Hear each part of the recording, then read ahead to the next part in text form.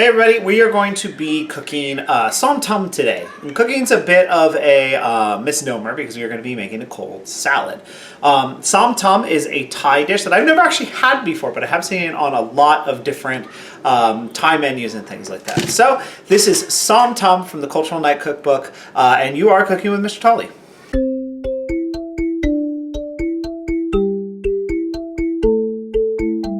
Alright, so if you guys remember last week when we made larb, I mentioned something called mise en place. Mise en place is that French term which means everything in its place. So we are going to do our mise en place for this first. Now, unlike when we made larb, the mise en place here is most of the dish itself. You're going to be cutting things up, getting them ready, and then kind of just combining them together like a salad. So we are going to need, for this recipe, 1 green papaya. Now, a papaya, we know a papaya is ripe when it is turning yellow and the skin is soft to the touch. Green just simply means that it's not ripe yet. So an unripe papaya is green and they begin to turn yellow. You can see this one is starting to turn yellow here. I could have gotten probably a much younger one, but it's still pretty firm to the touch. So 1 green papaya, you can find these in most stores around near you. You will also need 1 small tomato, 1 lime. You're going to notice that my lime looks a little bit different. I have already taken the zest off of this. So I've taken the outer layer of the skin off of this because I'm going to be serving my dish with chicken, and I want to have some of those same flavors flowing throughout my food so that there's some cohesion to the dish. So I am using lime zest as a part of my chicken marinade. You will also need a jalapeno. Again, this is a dish from Thailand, which means the traditional pepper used in this is Thai bird chilies. But again, like I mentioned last time, Thai bird chilies are extremely spicy. They're very small. They're hard to get the seeds and the pith out of. So I'm going to use jalapenos for the sake of my family. You're also going to need 2 cloves of garlic. You're also going to need green beans. Now these are traditional green beans. There's actually a different bean you can buy that is more traditional in Thailand, and it's a long bean. You can find sometimes Chinese long beans. If you can find those, that would be better. You need about a half a cup once you cut it up, so you can kind of get the sense of what that's going to look like.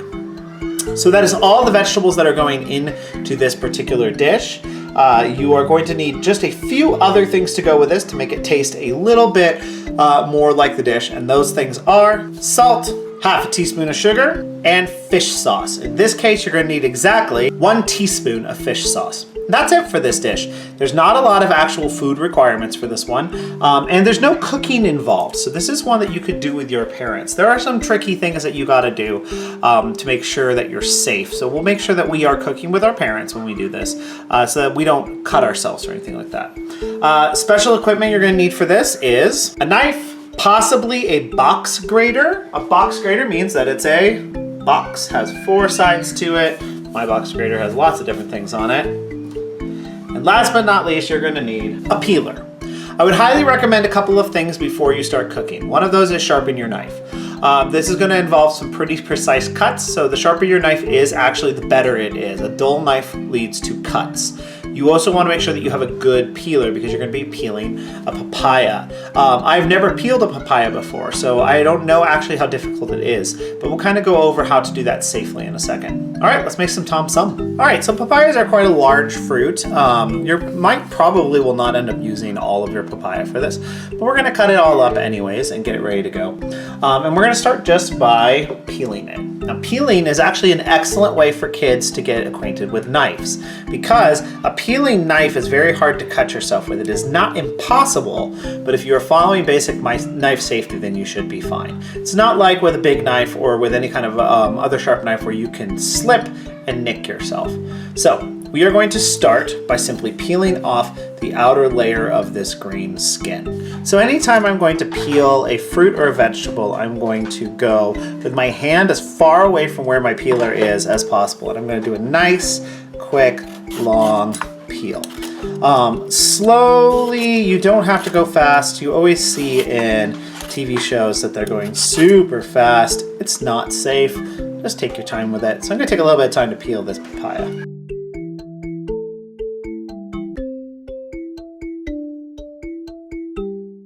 All right, now that I got my papaya all peeled, as always, I'm going to clean up my station, keep it nice and neat so that I'm not getting anything else in the way. You might hear some extra noises. There are two of us preparing food in this kitchen right now, which is fine. All right, so there are a couple of ways to shred a papaya.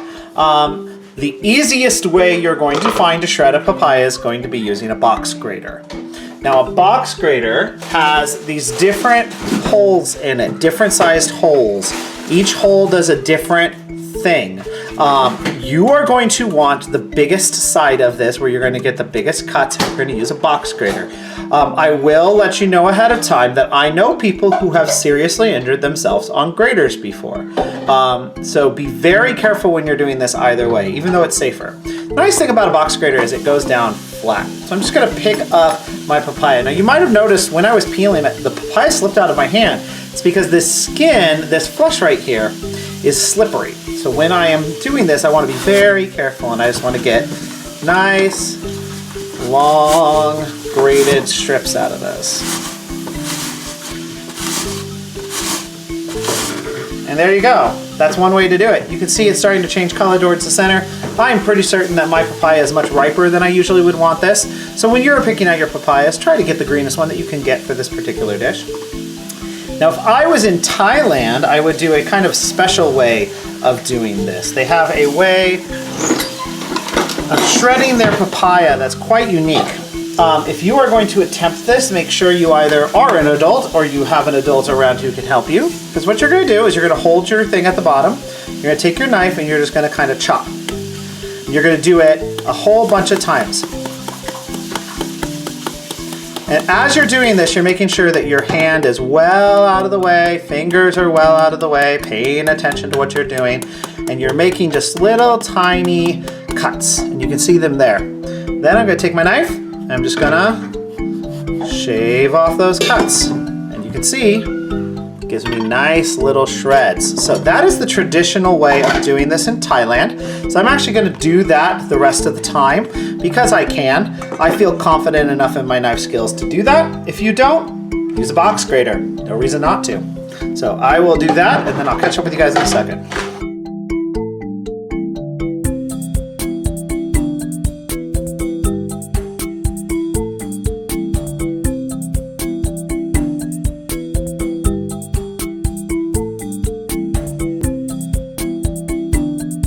Yeah, I think I'm going to stop there. Because my papaya is a little riper, you can see it's getting red towards the center, and I just took a try of it, because I've never had papaya like this before. I think I had papaya back in Brazil, but I don't remember. It's getting much sweeter towards the center, so I want to make sure that I don't get the wrong flavor into my food. So I'm going to go ahead and set this aside for a moment, and then I'm going to come back to that later, where I'm going to cut it up and shred it up and eat it just because it's delicious. So everybody, you should try that. Now, the way that I cut it, you saw I made a lot of mistakes, right? I had to stop, I had to go back through and cut again. I could have done that with a box grater much quicker, but that's not what I'm here to do. What I'm here to do is to try all these things so that you guys can get a sense of how to do them yourselves. So I'm gonna make mistakes on camera, and I am going to live up to those mistakes, and we're gonna go with them. And you all know that that is an important part of our life. If you've ever had a music class with me, you have definitely heard me say that before, and I'm pretty sure some of you just had it run through your head that the only grade we don't like is a 1, because a 1 means you don't try. So now that I got my papaya all kind of cut up, and you can see how much papaya I've got, one of the fun thing about recipes that are like this is when you get recipes from people who make it all the time, quite frequently, they make it and they're so used to how much to use that they don't give you exact measurements. Well, that's fine. We're learning. So we are going to say that that's as much as we need. That might not be as much papaya as I should have. I might need more, I might need less. I might need the whole papaya itself. Maybe I'm actually supposed to use the pink parts of the papaya. I'm learning today, so this will be fun. But either way, take it basically until you think you have as much papaya as you want. So the next thing I need to do is I need to cut up my green beans. Now a green bean has 2 parts to it that you don't eat. There is often a little bit of a nub here on the end, and you'll find a flower bit there. Now, if you buy like I did, which are trimmed green beans, you technically don't have to do anything with them. I like to have my green beans nice and clean, so I always go back through, line them up, and just take the tiniest snip off the ends. because when you cut food, it starts to dry out, particularly vegetables and fruit. And so if you leave them sitting in a bag for a while, the ends dry out and they don't taste as good. So I'm just gonna snip a little bit off the end. And we are gonna use effectively 1-inch sized chunks of these. So cutting green beans is very simple. Because they are so nice, they tend to line up nicely for you. And if they don't, you can force them to because they're a green bean. They're not gonna complain. And you just need to get them all lined up, find where you think about a 1-inch mark is, and just boom, and that's it. Cut up all your green beans into 1-inch marks. This would be an excellent time to work on those perfect knife skills. Getting everything exactly the same size because this is a salad, and salads are known for being extremely visible. Everything about it. So if you look here, I have 2 green beans that are wildly different sizes. If I was going to really take the time, I would go through and get rid of those smaller ones. And by get rid of, I mean eat them, because green beans are delicious and I should eat all of them. But what I'm gonna do first is I'm just gonna see how much I have. I think I have about a half a cup. I think I have about half a cup that are all roughly the same size, and I do. So the nice thing is now, I don't have to throw away too many of these. So I'm going to go ahead and eat one. I'm gonna give one to my wife. And we are gonna eat green beans while we go to the next part of this. Now a tomato. A tomato is a notoriously difficult thing to cut. Reason why is the skin of a tomato is extremely firm. The inside of a tomato is extremely juicy. If you push hard on a tomato, it will goosh all over the place. There will be all kinds of tomato-ness everywhere. You also don't want this bit of the tomato here. That is not edible. So there are 2 solutions to this. Solution number 1 is you use a serrated knife. Now it doesn't have to be a very fancy serrated knife. It just needs to have edges. With these edges, you can saw into your tomato instead of having to press. The best solution is to have a very sharp knife. So I happen to have a very sharp knife. I honed my knife before I started cooking. Honing means I took this particular tool here and I just ran my blade along it like this. If you've ever watched a cooking show, you've seen them do this. And when I cut, I am not gonna press down at all. I'm just simply gonna pull my blade back and forth until I get that first opening, and there we go. I'm gonna be cutting 1-inch pieces of this as well. Now it's very important when I'm cutting my tomatoes that I am not pushing down. Again, I don't want to cause it to go all over the place. It's hardest on the edges. So there, you can see in the tomato, all the seeds, all of this is juice. So I have my hard skin and then I have this juicy inside. So what I'm gonna do, instead of flipping it over, is I'm just gonna cut it as it is.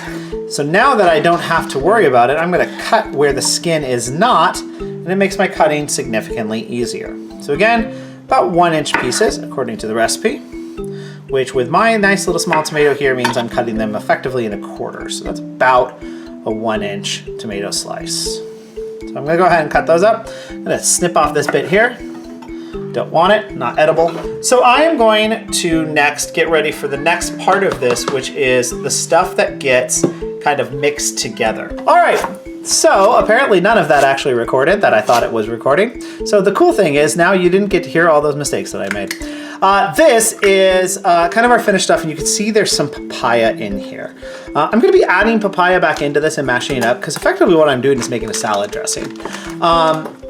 If you watched the French vinaigrette video that was in Cultural Night, you saw that the basic effects that make a salad dressing in France are acid, some kind of heat, or some kind of paste stuff. In this case, they use mustard, and then oil. And that creates a suspension or something called an emulsion. This will do something very similar. The young green papaya will provide a bit of sourness. You get heat from the garlic and from the pepper. And later on, I'm going to be adding in lime. And the lime will add the acid to it. So I'm gonna go ahead and mash all this up. There you have it. That's all been mashed up together.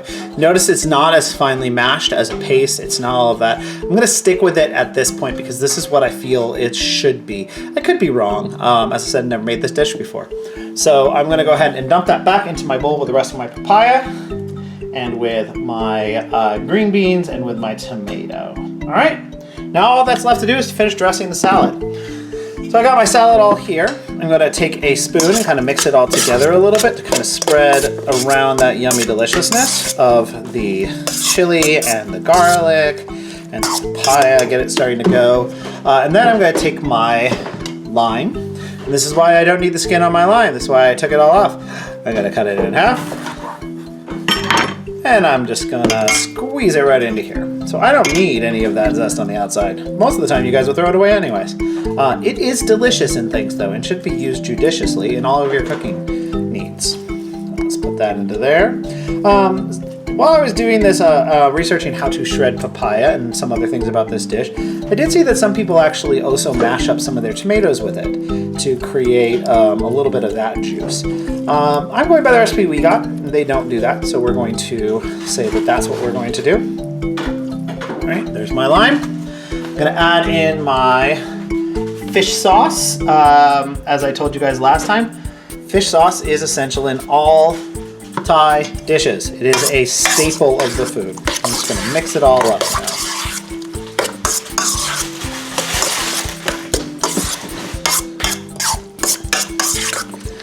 All right, now if you paid attention to me last time, there was one thing that I said that you must do, which is taste your food. So I'm going to get a little bit out. I'm gonna see how it tastes.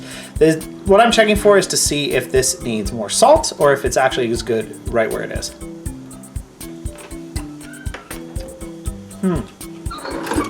I like it, but let me grab a clean spoon and see if my wife, who is hovering over my shoulder, indicating she would like to try it, likes it. Does that need any more salt? It's good the way it is? There's a little bit of heat on it. That's the jalapeno in there. If anything, it could be sweeter. Okay, so that is how you make Som Tum. At this point, it just depends on how you want to eat it. We're gonna eat it with some sous vide chicken that has lime and salt and pepper and all the other good yummy things that are going into this on it as well. All right, so that's Som Tum. If you make any, please take pictures and let me know how it went. Bye guys.